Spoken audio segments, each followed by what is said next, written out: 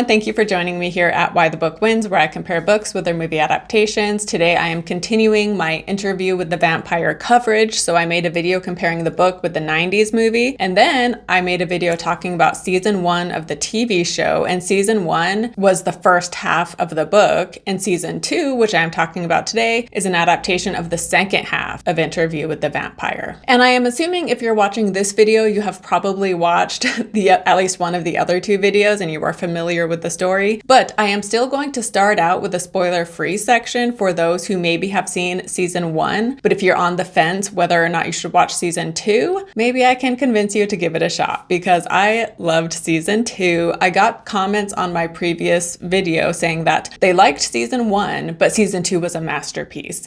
And now I don't know which season I prefer because I do love them both, but I will say that finishing season 2, it just made me view both seasons, like this book adaptation in its entirety. It is a masterpiece and I absolutely loved it. And yeah, season 2 just made me love season 1 all the more. And I think this is a fantastic adaptation because even though they changed some details, they did a superb job staying close to the events of the book and the themes and the discussion that Anne Rice gets into. And yeah, they just put their own twist on the story. And so while book purists might be annoyed, I think those who are willing to allow for some wiggle room will appreciate the way they stay true to the book and the characters, even if on the surface it seems like they've made a lot of changes. And also that's the beauty of adaptation, right? Like it's going to be different because that's the nature of adaptation. And so yeah, I think you shouldn't go into this expecting it to be exactly like the book, because I know some people want it to be exactly like the book, but that's not what I look for in an adaptation necessarily. And so I love that they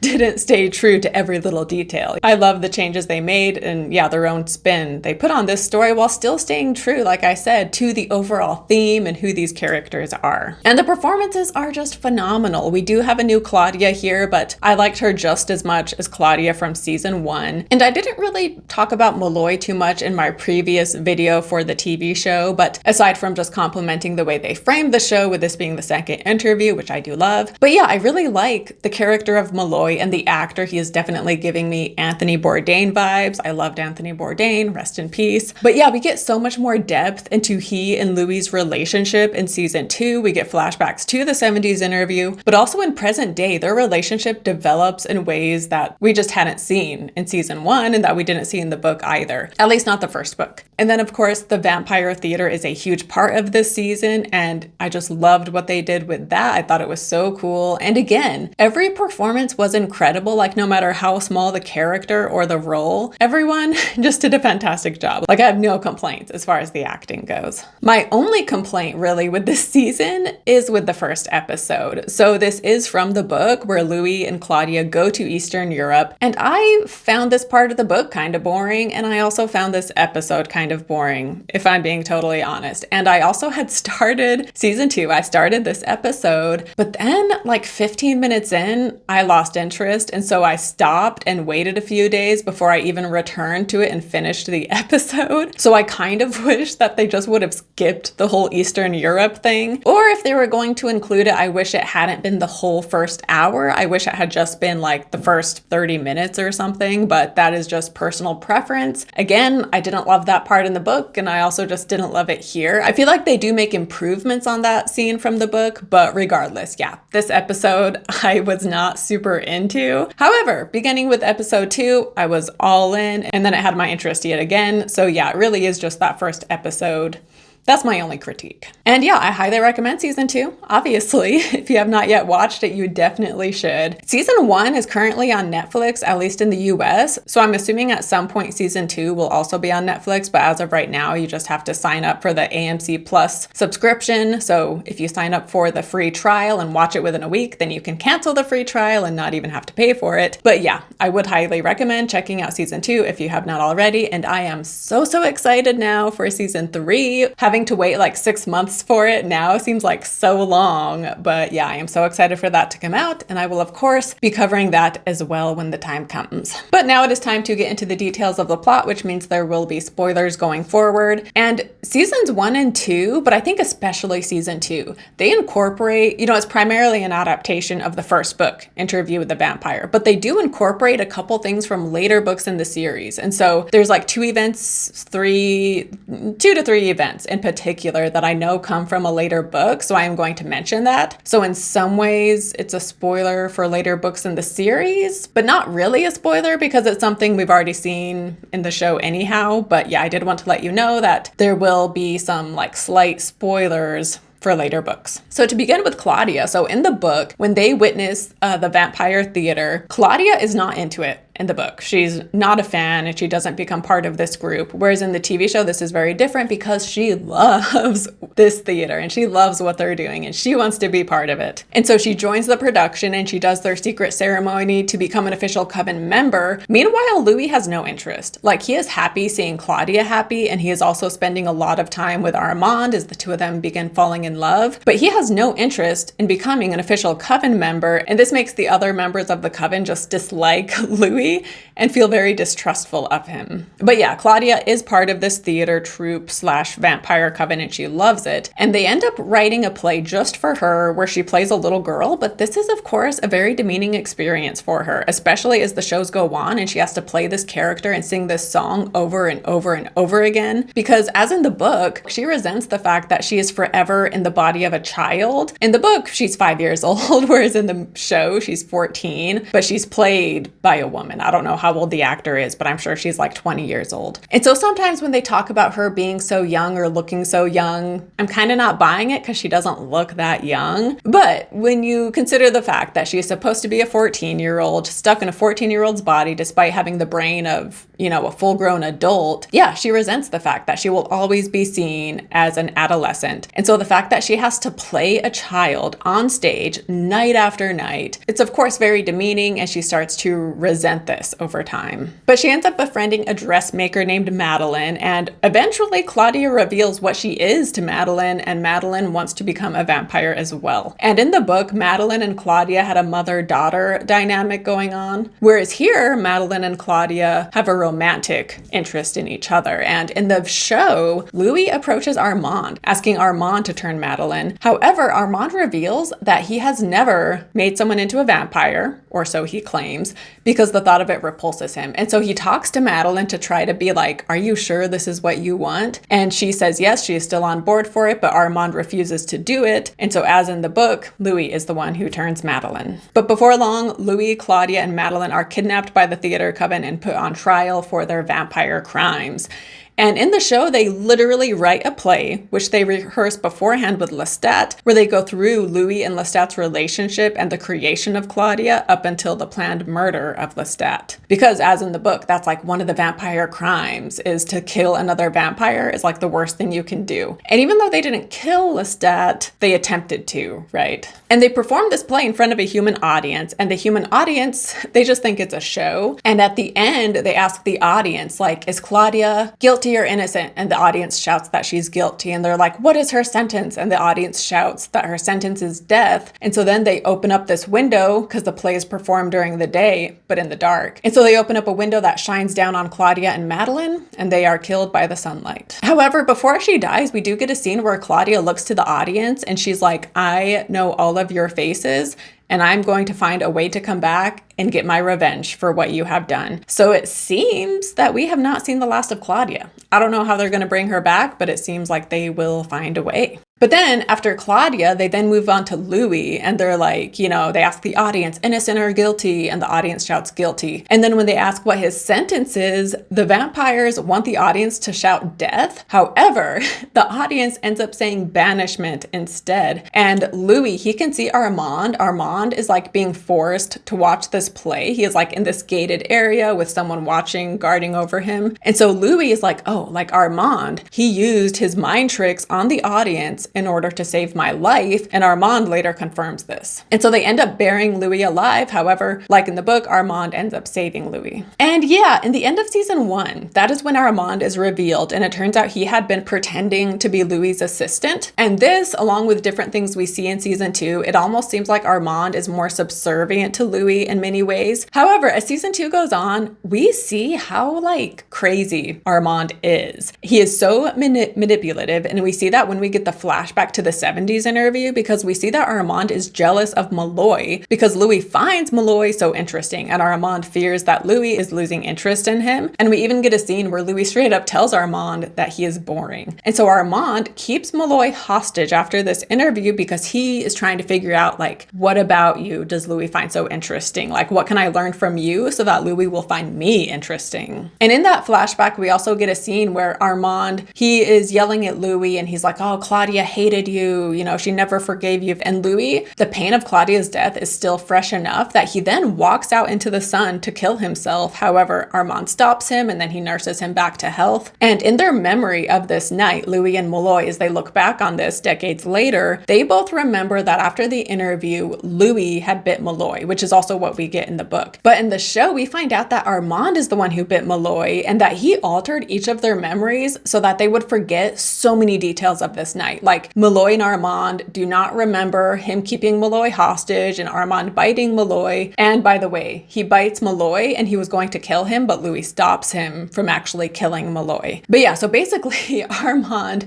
messed with both of their memories, essentially. And so Louis and Malloy are piecing this together in present day. And this part with Armand holding Malloy hostage and then later turning Malloy into a vampire, which we see in the very end of this show, that is what happens. That is from a later book where Armand keeps Malloy hostage and then eventually turns him into a vampire. And then in the book, they even become lovers. So we don't get that here in the show as of right now. But yeah, by the end of the show, Armand turns Malloy into a vampire. And then also Louis trying to kill himself over guilt he has over Claudia is also something from a later book. But I do like how in season 2, in current day, Malloy, when he's referencing the 70s interview, before they like remember their full memories of this night, Malloy talks about how like that wasn't a real interview.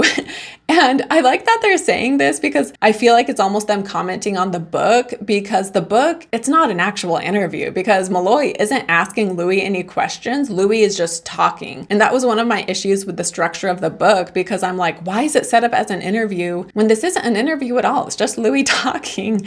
And I didn't love the way the book was written in that way. However, I do understand for the context of later books and the character of Malloy and how he comes into play later. I get it serves a purpose in that sense. But yeah, I just like that. I feel like the show is almost acknowledging like that original interview wasn't even a real interview, you know? But to go back to Armand, so in the book, a huge reveal we get near the end after Armand and Louis have been together for decades. Armand reveals that he is the one that shut Claudia and Madeline in that room to die. However, in the book, when he tells this to Louis, Louis almost doesn't even care, like he's become so apathetic. However, he does tire of Armand and he is losing interest in him. And so near the end of the book, Armand walks off, never to come back as far as book 1 is concerned. And in the show, as Armand and Louis are telling their story throughout season 2, they start out being so lovey-dovey and like finishing each other's sentences. And yet as the episodes go on and as Louis, you know, as certain things are starting to come to light for him,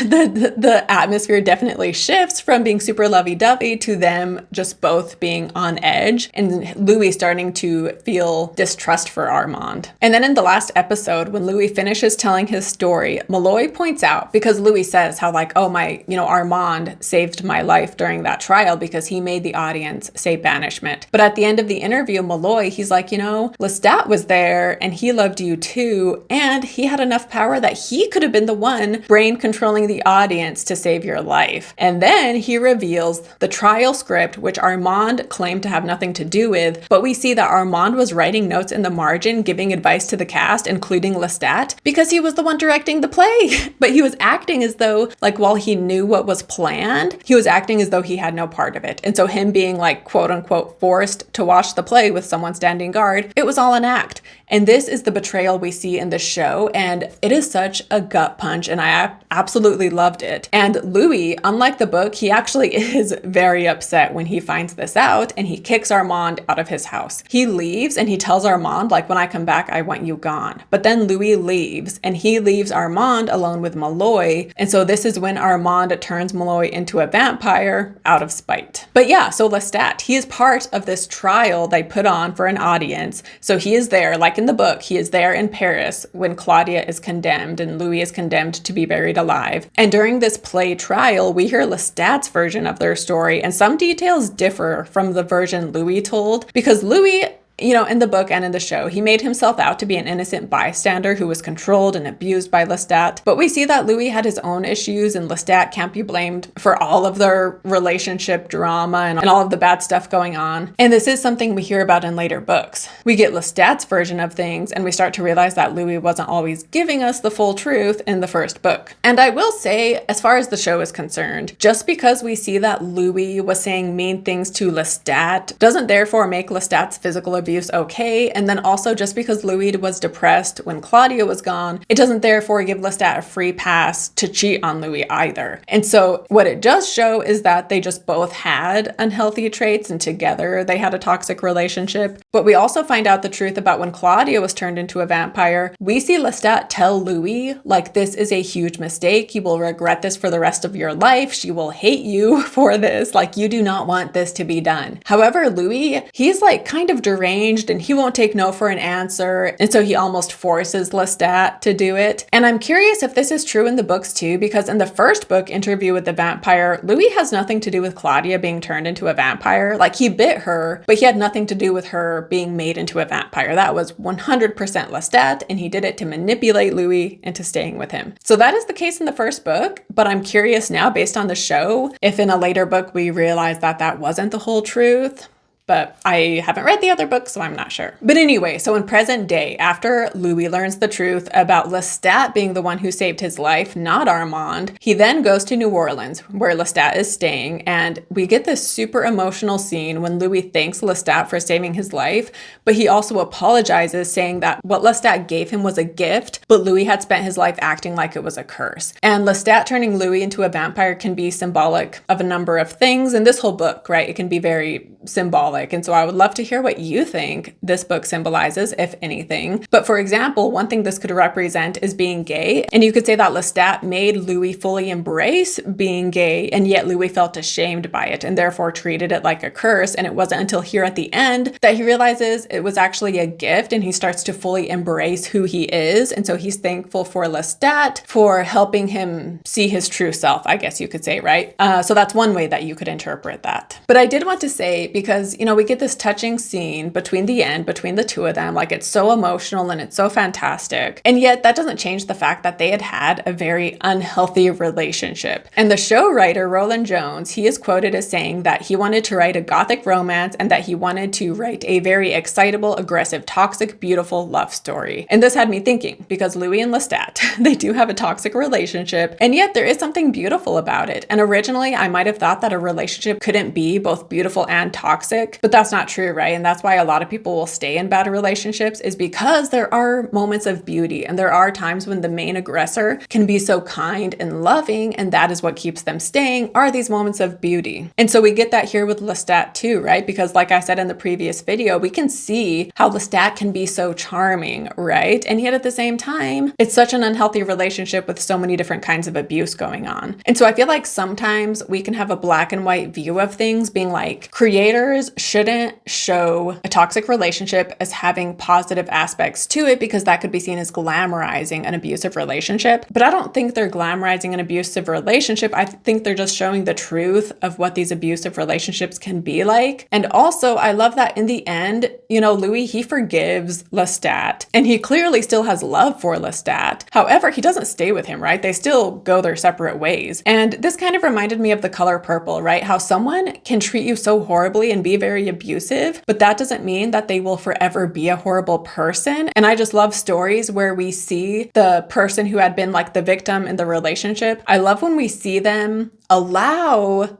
the bad person to become a good person, right? And, Louis could have been like, no, like Lestat treated me poorly and I'm never going to forgive him. And in my mind, he will always be a terrible person because of that. Same with The Color Purple. But no, instead, these characters allow the abuser in their life to change and to see that they can become a good person as time goes on, and they can repair a relationship, even if now it doesn't mean you're getting back with the person. It just means that you're allowing them to change and to forgive them. But I also need to talk about Lestat and Armand, because in the show, Armand leads a vampire coven back I forget what century, but it's back in the early days. So Armand is leading a vampire coven, but they live in squalor and they follow these rules that Armand has created. But then Armand learns of Lestat, a vampire who is an actor and plays with humans and who hangs out with humans and lives lavishly. And so Armand approaches him and tells him as a vampire, you cannot be behaving this way and you need to join my coven because I am the leader of all the vampires here. But he actually says this to Lestat, hoping that Lestat will show up and disband Armand's coven because Armand, is no longer interested in them. And this works. And Lestat does show up and he says that their rules are dumb and that he isn't going to give up his nice clothes and nice lifestyle and that he will continue doing whatever the F he wants, basically.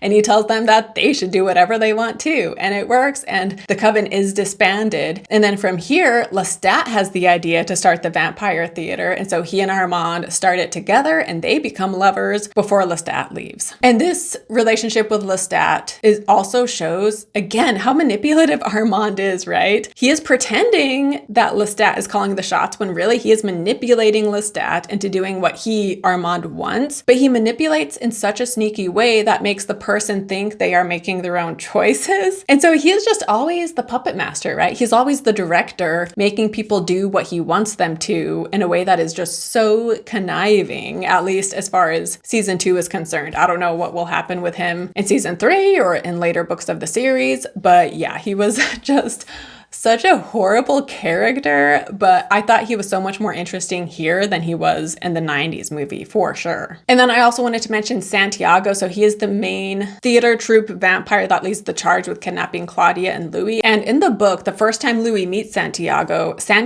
is physically mimicking Louis. And Louis is really annoyed by this and he calls him a buffoon. And here in the TV show, we get a scene where they are sitting in a group and Santiago starts ridiculing Louis by mimicking what he says, and Louis gets upset and he calls him a buffoon. And so this is a somewhat smaller example of how they stay true to the book while putting their own spin on things, right? Like having him mimic Louis in this way that embarrasses him in front of this whole group. Yeah, I just thought it was such a cool way to adapt that specific detail. But yeah, the guy who plays Santiago is amazing in this show, even though he's just so horrible, because in the show, Claudia respects Santiago and she really likes him. And yet he is going behind her back, reading her journals, planning this trial and planning and organizing her death. But in the book and the movie and the TV show, like I said, Louis is buried alive, but Armand saves him. And then Louis sets the theater on fire and kills the vampires and he kills Santiago. And when it comes to comparing the movie and the TV show, it's so hard to compare the two because even though they're an adaptation of the same book, they approach the adaptation process so differently. And on the surface, the movie is more faithful, and yet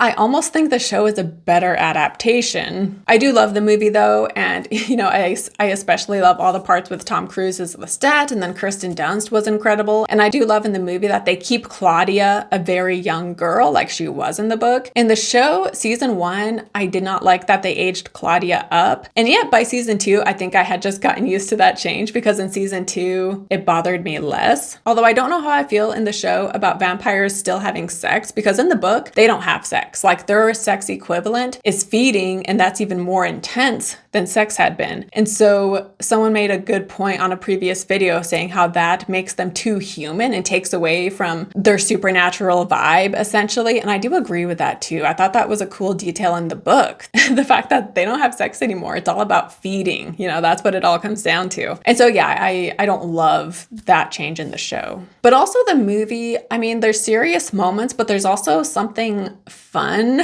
about it and something funny in a dark humor way. way. Whereas in the show, I wouldn't call it funny at all. Like maybe there's a hint of humor at different times, but for the most part, it is definitely very serious, I would say. The book, I think, was also more serious. So I guess maybe they're just being more faithful in that regard too, to the vibe of the book. But yeah, the movie, I love the vibe of the movie. And again, we have some serious dark moments, and yet at the same time, I feel like there was more humor to it as well. And I would say that Louis is a huge improvement here in the show, because in my video for the movie, I said that Brad Pitt was the weak link of the cast because I just wasn't loving his performance. But someone commented being like, Louis in the book is the weak link because he is the least interesting character. So maybe it's not Brad Pitt's fault, right? And I thought that was a good point because yeah, Louis, he's just this moody, brooding vampire who is just has so much internal torment, right? And we get that in the TV show too, but the TV show also goes 16 hours. And so we have so much more time to delve into this character. And by the end, his character arc is so much more satisfying than his character arc in the book or the movie, at least the first book, because at the end, he's still like this emo vampire being like, oh, life is pointless and that's what I've learned. Like it has no meaning. And so I just love where he gets to at the end of the show. So much better. By the way, the show ends with, again, Malloy is a vampire and he has published his book, Interview with the Vampire. And Louis can hear the other vampires throughout the world. They are so upset at him for telling a human all of their secrets, right? And so basically the show ends with him mentally telling the other vampires, like, if you want to come and get me, this is where I live and I'll be waiting, basically. But then along with Louis being more intriguing, again, I also found Armand so much more intriguing in the show as well. In the movie, he was so forgettable.